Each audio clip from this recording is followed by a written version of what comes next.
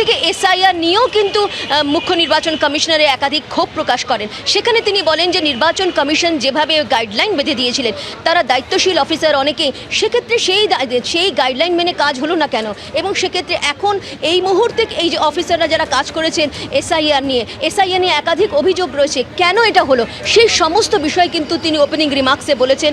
এখনও বৈঠক চলছে এবং এই বৈঠক আরও কিছুক্ষণ চলবে। এবং সবথেকে বড় কথা, আজকে কিন্তু রাজনৈতিক দল যখন গিয়েছিল বারবার কিন্তু সেই অভিযোগই করেছিল, যেমন হিংসার কথা তোলা হয়েছিল, কেন্দ্রীয় বাহিনী নিয়ে প্রশ্ন তোলা হয়েছিল, সেই বিষয়টা কিন্তু দেখা যাচ্ছে একেবারে ওপেনিং রিমার্কসেই কিন্তু দেখা যাচ্ছে মুখ্য নির্বাচন কমিশনার তিনি বলেছেন সে পুলিশ কমিশনারই হোক বা কোনো অফিসার হোক, কোনোভাবেই রিয়াত করা হবে না, এসব চলবে না, হি কান্ট এসকেপ, কোনোভাবেই কিন্তু সে পার পাবে না। অর্থাৎ নির্বাচন কমিশন কিন্তু পদক্ষেপ নেবে এবং কোনোভাবেই এবার যাতে সেরকম না হয়, ভোটে কোনো হিংসা যেন না হয়, অন্য রাজ্যে হয় না, এই বাংলায় কেন ভোটের সময় হিংসা হয়, এবং সমস্ত রাজনৈতিক দলই সেই নিয়ে কিন্তু অভিযোগ জানিয়েছে, এমনটা তিনি বলেছেন।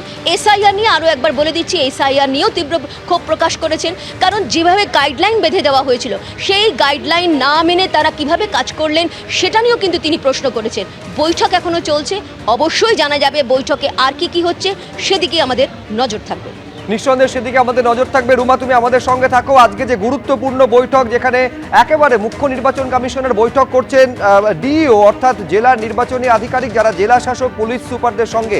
আমি অনির্বাণের কাছে যাব, তার কারণ এই বৈঠক এখনো চলছে। এক এক করে খবর পাওয়া যাচ্ছে, স্পষ্ট বলে দিয়েছেন মুখ্য নির্বাচন কমিশনার, আপনারা দক্ষ বিচক্ষণ, তারপরেও গাইডলাইন ফলো করতে ব্যর্থ হচ্ছেন কেন আপনারা? 7 জন জেলা শাসককে রীতিমতন সতর্ক করেছেন। অনির্বাণ আরো বিস্তারিত এই নিয়ে বলবে।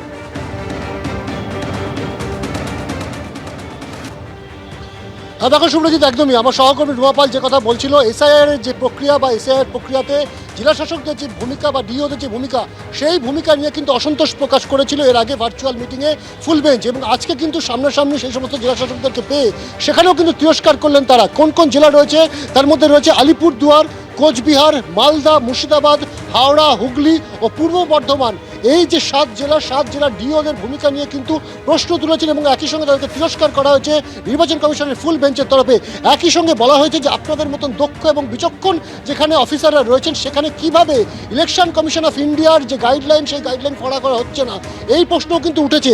এবং তোমাকে জানিয়ে রাখবো যে এখানে কিন্তু একটা প্রচ্ছন্ন হুমকিও রয়েছে বা প্রচ্ছন্ন কিন্তু একটা বার্তাও দেওয়া হয়েছে ইলেকশন কমিশনের তরফে। সেখানে কিন্তু বলা হচ্ছে যে আপনাদের প্রত্যেকের কিন্তু ডিজিটাল ফুটপ্রিন্ট রয়েছে, ফলত এমন ভাবার কোনো কারণ নেই আপনারা যে যা খুশি করবেন এবং আপনাদের দায় ঝেড়ে ফেলতে পারবেন, এমনটা কিন্তু নয়।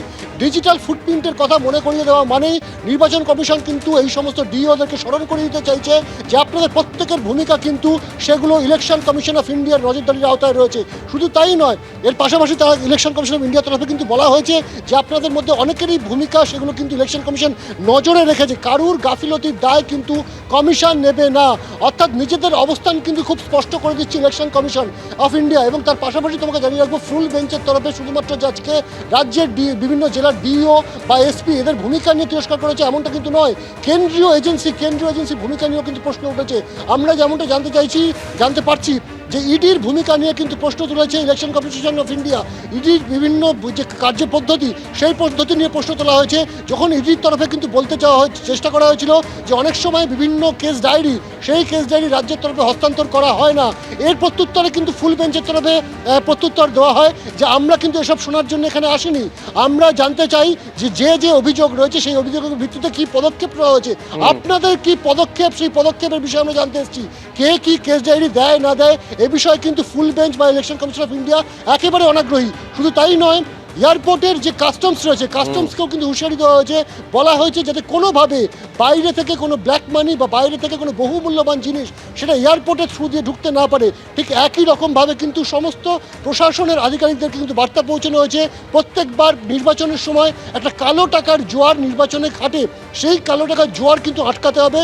তার জন্য ইনকাম ট্যাক্স থেকে শুরু করে ইডি, ইকোনমিক অফেন্স উইংস, একেবারে ইনকাম ট্যাক্স থেকে শুরু করে ইডি, তাদের ভূমিকা নিয়েও প্রশ্ন তুলছেন মুখ্য নির্বাচন কমিশনার। এইটা স্পষ্ট করে দিয়েছেন, কে কি করলো তা শুনতে চায় না, আই ওয়ান্ট অ্যাকশন, অর্থাৎ পদক্ষেপ আমি দেখতে চাইছি। এবিপি আনন্দ, এগিয়ে থাকে, এগিয়ে রাখে।